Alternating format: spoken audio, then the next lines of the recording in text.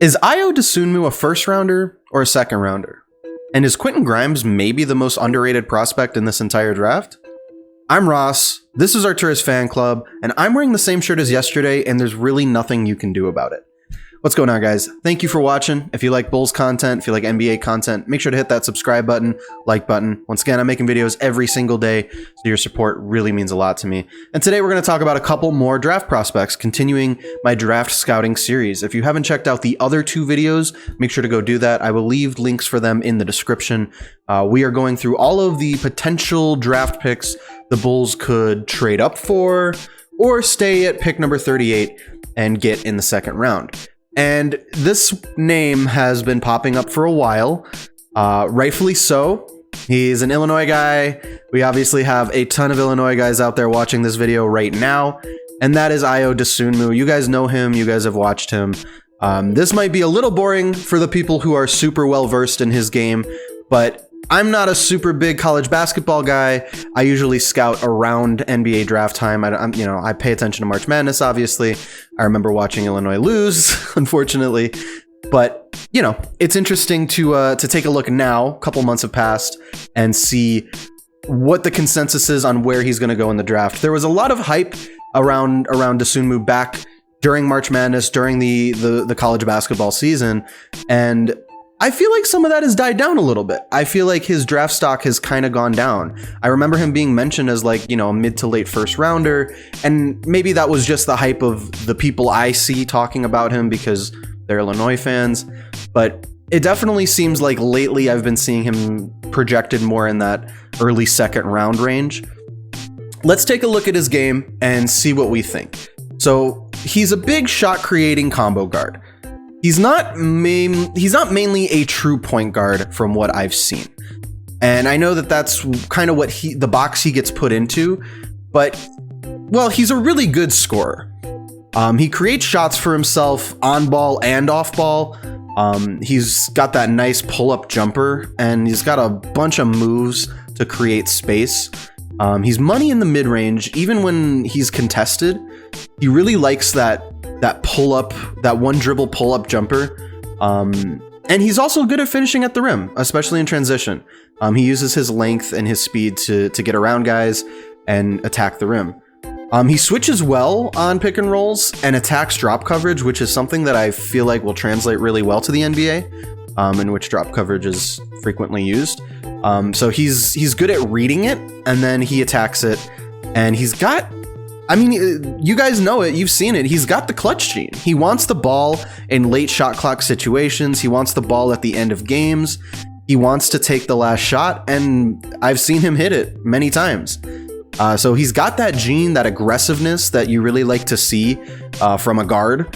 And not saying he's not a true point guard, he's a solid passer on pick and rolls, and obviously his scoring ability forces the defense to keep him honest, and they try to hedge him or trap him a lot, but he usually makes the right read with the ball. And I was, just watching his tape, I was thinking he could be a very dangerous passer breaking down the defense and either finding a cutting Zach LaVine or an open Vucevic or vice versa. There's a lot of ways that you can use his scoring ability to force the defense to keep him honest, and then use his passing ability to find the open man. And defense is where things get exciting, because he is a really good on-ball defender. He uses his length and lateral quickness very, very well. He keeps his feet moving. He's got those long arms that get in your face, and he sneaks through screens really well. He really tries to maintain that inside position. He's just very aggressive. You love to see it. He seems like he's a very smart defender. He fights through screens really well, even off ball, which tells you that he's engaged and he's staying with his man. His weaknesses are fixable, but they're definitely there. He has issues with handling the ball, and he turns it over quite a bit. He gets out of control sometimes, like he's just trying to do too much, and plays kind of fast and loose with his handle. Defenders did a really good job from what I saw poking the ball free when he was just kind of meandering with the ball, not really dribbling it with a purpose. And there's timing issues there. Defenses will time their steals really well because, like I said, he's just kind of loose with that handle. He's not great at reading help defense, which once again leads to bad passes, late reads. He'll force the ball sometimes. Just certain situations, it seems like he's kind of lost on what he's supposed to do with the ball. And on top of that, he needs to work on his shooting consistency, particularly from three. And I don't know if he will be an effective three-point shooter anytime soon. His shoot and release form is just like, it's weird, it's stiff, and it doesn't get much lift. It's more like a wrist flick, and the wrist flick sometimes is way off, and sometimes it's not, but there's just not a consistency to that three-point jumper. And once again, going back to what I said earlier, that's why he really likes that one dribble pull-up. So like he'll try to use a little hesitation move from three and then use that one dribble pull-up to get to his spot in the mid-range, which he's much more comfortable shooting. You know, all in all, he's not necessarily the point guard answer that we're looking for, but he does have a nice ceiling, and I think he'll come in, you know, right off the bat as a nice bench scorer and defender in the NBA. He could be a candidate for a slight trade up if the Bulls are really sold on him. You know, maybe a future second with a team like the Thunder, who are at number 34, or the Magic, who are at number 33. Maybe, potentially. The player comparison that I keep seeing crop up is Drew Holiday, and I like that comparison. A tough-nosed defender who can create space on offense and get his shot. So I'm a big fan of what I've seen so far. I don't think necessarily he's blown me out of the water, but, you know, if, once again, going back to what I keep saying in these scouting videos, if this is a player that Arturas Karnisovas and Mark Eversley feel strong about, then I trust their judgment, because what I've seen I like, and what I don't like so far I feel like is still kind of fixable. You can work on that dribble, you can work on your passing ability. Those are things that are, he already has a natural passing ability. It's certain situations that he hasn't learned how to read yet on defense that he can get better at. So it's not that he's not a good passer, it's not that he's not a good playmaker, it's just that he needs to learn NBA defenses and how to read them in order to make the right pass. I want to move on to another guy who is flying under the radar again, but lately has been kind of surging. So I would say he was flying under the radar a couple months ago, but he had a strong show out in the NBA Draft Combine and has definitely improved his draft stock. This is Quentin Grimes that I'm talking about out of Houston. I've seen him labeled as a combo guard. I've seen him labeled as a wing. He's got the length to be either. He's got the length and the shooting ability to be either. But the big thing about Quentin Grimes, man, this dude is a lockdown defender. He got the clamps. He is one of the best defenders I've seen so far in this draft. And I'm being dead serious about that. I haven't looked at every single draft prospect, obviously, but I've looked at quite a few, and this dude is locked in on defense. He's got these long arms, active feet. He's just the classic, like, ISO wing defender. And, you know, rolling through predictions, what could happen. This dude could be scary next to Patrick Williams. Because the other thing he does really well is shoot from three. The dude is wet. This dude is a classic 3-and-D guy so far from what I've seen. Because he's not much of a dribbler. He's not much of a shot creator. But man, the dude can wet it off of screens. When he's moving, he loves to take 3-pointers off of pick and rolls and, you know, go behind the screen. He could take advantage of drop coverage. Another guy who could do that, like we were mentioning with Dosunmu. I mean, he doesn't have a full ISO game, but there's something there. He could work on that, I think. But for the most part, it's just he's so good at shooting off of these screens, whether it's on ball or off ball. Like he's got it, man. He's got the juice from three. He's wet. He could shoot deep threes. He's got catch and shoot. Like he got the whole bag in terms of shooting. And I don't want to say Klay Thompson, but I mean, I see lockdown defender, and he doesn't need to take dribbles to score. You see what I'm saying? Like there's something there. Light version of Klay Thompson, obviously. And he's just aggressive and gritty. He plays with a lot of hustle. He's a really good rebounder because of that. He times his jumps super, super well. He sniffs out the ball and crashes the boards really often. He uses his length to hit the high point on rebounds perfectly. Like I saw so many clips of him just hitting that high point with perfect timing. It's precision. And because he does that, he can start the fast break. Since the timing is so perfect, that enables him to get the ball down court either himself or to make the right pass to a teammate. And speaking of passing, not really his game. He's just kind of an okay creator, playmaker. Sometimes kind of looks lost with the ball in his hands. It's really just not his game necessarily. And I wouldn't expect coming into the NBA for whatever team drafts him to challenge him with that right off the bat. Use his strengths and maybe see down the line if he can develop into, a better ball handler. His dribbling just isn't really good. He's pretty predictable, kind of sluggish. Doesn't really have a nice first step. So defenders are always keeping up with him, which doesn't allow him to create much separation. So like I said, he's best suited for an off-ball role.